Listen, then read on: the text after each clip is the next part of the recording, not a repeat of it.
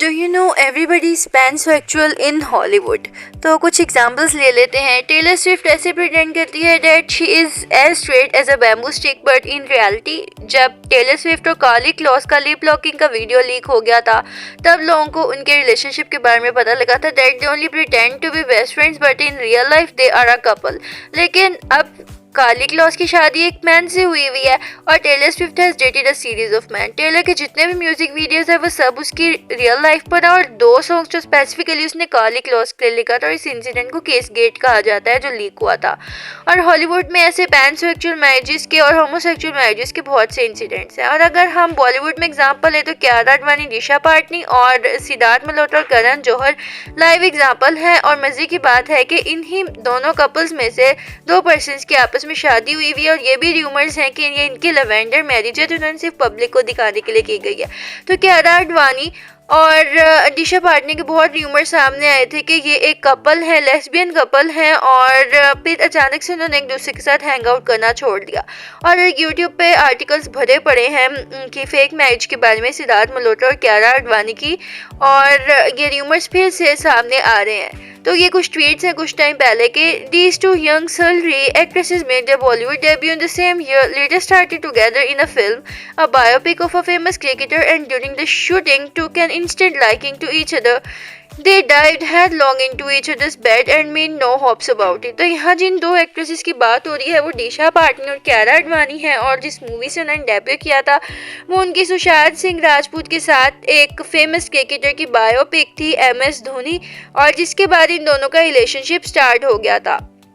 For the next 2 years, their tempestuous fling was staple gossip in industry circles. They dined, wined, slept, and took vacations together. Then a big fallout happened as one of them snatched brand endorsement from her squeeze. Since then, they have been bitching about each other badly. तो दिशा पाटनी को Pond's के add के लिए लिया गया था और वो टेल्कम पाउडर का ऐड था। तो दिशा पाटनी को सिर्फ पॉन्ड्स के टेल्कम पाउडर के एडवर्टाइजमेंट के लिए लिया गया था। और दिशा पाटनी के कोई स्ट्रॉन्ग कनेक्शंस भी नहीं हैं बॉलीवुड में। और हुआ ये कि पॉन्ड्स वालों ने सडनली ही दिशा पाटनी को छोड़कर कियारा आडवाणी को अपने पॉन्ड्स के ऐड में स्टार करना स्टार्ट कर दिया, और फिर उन्होंने कम्प्लीटली दिशा पाटनी को रिप्लेस कर दिया कियारा आडवाणी से। और कियारा आडवाणी के बहुत ज़्यादा कनेक्शन और वो एक रिच फैमिली से बिलोंग करती है, जिसकी वजह से कियारा ने, जिसके बाद दिशा पाटनी को बहुत ज़्यादा बुरा लगा, वो बहुत एग्रेसिव हो गई और ये इनके रिलेशनशिप और जो पब्लिक में बेस्ट फ्रेंड्स शो किया होता है एक दूसरे को, ये सब ख़त्म हो गया और यहीं से इन्होंने अपने रास्ते अलग कर लिए। फिर ये कभी भी इकट्ठी हैंग आउट करते हुए नहीं नजर आई। देखा जाए तो दिशा पाटनी का बुरा मनाना बनता था, क्योंकि ये तो सेम नेपोटिज्म की तरह ही हुआ जैसे हमारे नेपो बेबीज को उनकी मूवी रिलीज होने से पहले ही एड्स मिलना शुरू हो जाते हैं। Having discovered that mixed orientation is a magic bullet in Bollywood, both are now dating young actors. One of them, who is dating a bulky hunk, even had a dalliance with a leading superstar. The other one is two-timing a flop actor who, like her, also swings the both ways. तो जिस actress की बात हो रही है कि वो एक बल्कि हंक को डेट कर रही है वो टाइगर श्रॉफ होंगे, और जो फ्लॉप एक्टर की बात हो रही है वो सिद्धार्थ मल्होत्रा होंगे, क्योंकि वो भी उन्हीं की तरह एक गे ही हैं।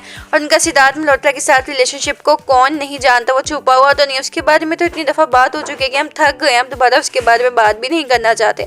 तो सिद्धार्थ मल्होत्रा ने जितनी भी मूवीज़ की उसमें से 13-14 तो उन्हें धर्मा प्रोडक्शंस की तरफ से मिली है, और उनके लिए डेब्यू करने के लिए एक पूरा एक इंट्रो सॉन्ग बनाया गया। तो एक सिमी चांडोके जो एक फेमस एंटरटेनमेंट जर्नलिस्ट हैं, उन्होंने कुछ बातें बताई थी करण जौहर और सिद्धार्थ के रिलेशन के बारे में। आप भी सुने इस क्लिप में कि जब सिड उनको धोखा देके निकला यूज करके उनके चुंगल से, तो करण जौहर बहुत टूट चुके थे। बैग्स लेके आए, गुच्ची के कपड़े लेके आए, आईफोन लेके आए। लोगों ने जो बातें की हैं उसका प्रूफ फर्स्ट पोस्ट की इस आर्टिकल से चेकआउट हो जाता है।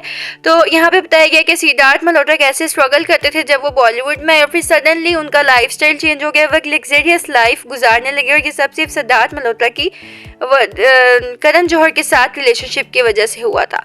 और फिर सिद्धार्थ मल्होत्रा करण जौहर को चीट करके निकल गए और आलिया भट्ट को डेट करने लग गए। लेकिन हमें लगता है कि ये सब उन्होंने अपने सिर्फ गे नेचर को को छुपाने के लिए किया। तो इस चीज में आलिया भट्ट ने अपने गॉडफादर का साथ दिया क्योंकि करण जौहर ने इतने फेवर्स देते थे, उन्हें भी फेवर्स रिटर्न करनी थी।